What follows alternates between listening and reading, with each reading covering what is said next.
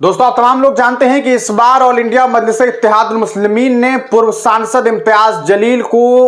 MLA का candidate बनाया है। यानी कि चुनाव हारने के बाद 2024 का लोकसभा चुनाव हारने के बाद इम्तियाज जलील इस बार विधायकी लड़ रहे हैं और उन्हें औरंगाबाद पूर्वी से कैंडिडेट बनाया गया है, जिसके बाद से लगातार वो जमीन पर उतर करके, सड़कों पर उतर करके अपने लिए वोट मांगने का काम कर रहे हैं। और इसी कड़ी में वो पैदल यात्रा कर रहे हैं और साथ ही साथ जनसभा भी कर रहे हैं। रोज उनके जनसभाओं की तस्वीरें सामने आ रही है और उनके पैदल यात्रा की तस्वीरें सामने आ रही है। एक अच्छा नेता वही होता है जो लोगों के बीच जाए, लोगों से बात करे, लोगों से वोट मांगे और ये वादा करे कि जब आप मुझे एक वोट देते हैं तो मेरी यह जिम्मेदारी बनती है कि हम आपके लिए अगले 5 वर्ष तक पूरी ईमानदारी के साथ काम करें। आप जानते हैं कि किस तरह से इम्तियाज जलील पर महाराष्ट्र की जनता ने 2 बार भरोसा जताया, किस तरह से उन्हें जो है वो विधायक बनाने का काम किया गया 2014 में, वो आप जानते हैं। नतीजा यह है कि इन्हें हराने के लिए और इनके नेताओं को हराने के लिए इंडिया महागठबंधन के जो लोग हैं वो एनडीए महागठबंधन को समर्थन दे चुके हैं।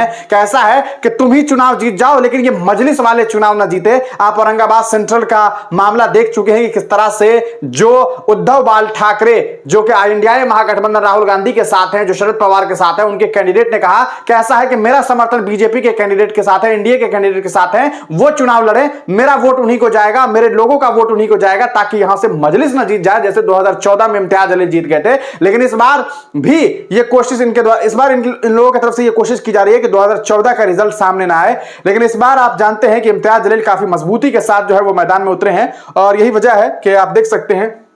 ये तस्वीर, आप देखिए, ये आज भारत नगर में, साई नगर में और विजयनगर में जो है वो जमीन पर उतर करके, सड़कों पर उतर करके जो है लोगों से मिल रहे हैं। आप स्क्रीन पर वीडियो देख रहे हैं, आप वीडियो देख करके अंदाजा लगा सकते हैं कि किस तरह से इम्तियाज जलील जो है वो सड़कों पर उतरे हुए और उतर करके अपने लोगों से, अपनी जनता से जो है वो वोट मांगने का काम कर रहे हैं। लोगों के साथ रूबरू हो रहे हैं, मुस्कुरा रहे हैं, लोगों को बता रहे हैं कि वही अपना पतंग छाप है जिस पर आपको मतदान करना है, और लोगों को जागरूक करने का काम कर रहे हैं कि जो लोग बुजुर्ग हैं वो अपना जो है वो अभी से ये कहा सकता है कि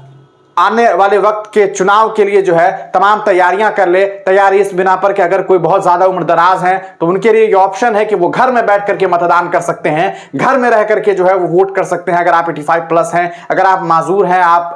कहा सकते हैं दिव्यांग हैं, तो आपके पास ये ऑप्शन है और उस ऑप्शन को अवेल करने की जरूरत है। साथ ही साथ इम्तियाज जलील लोगों से मिलकर के ये कह रहे हैं कि 300 रुपये, 500 रुपये, 1000 रुपये के लिए अपनी जमीर को ना बेचें, उन लोगों के लिए मतदान ना कर दें जिन लोगों ने आपके लिए आवाज नहीं उठाई। जब जरूरत पड़ी नामुसे रिसालत की हिफाजत के लिए तब वो लोग सड़क पर नहीं उतरे, तब आपका भाई उतरा, पूरे महाराष्ट्र को एक करके मुंबई पहुंच गया और देवेंद्र फडणवीस को जाकर के ये बताने की कोशिश की कि हम आपसे आंख मिला करके, आवाज मिला करके आपसे सवाल पूछ सकते हैं, आपसे ये मांग कर सकते हैं कि हमारा हक और हुकूक जो है वो हमें दी जाए। हम ये आवाज बुलंद कर सकते हैं कि कोई अगर हमारे नबी की शान में गुस्ताखी करेगा तो हम कभी बर्दाश्त नहीं कर सकते। लेकिन चूंकि हुकूमत में आप नहीं हैं, चूंकि हाकिम आप नहीं हैं, तो होता यह है कि आप देखते हैं कि किस तरह से जब आपका 40 का 40 लोकसभा चुनाव होता है और कोई एक मुसलमान चुनाव नहीं जीतता है तो नतीजा आप देखते हैं कि कैसे कि गुस्ताखे नबी जो है वो जेल तक नहीं पहुंच पाता है। तो आपकी भी यह जिम्मेदारी बनती है कि आप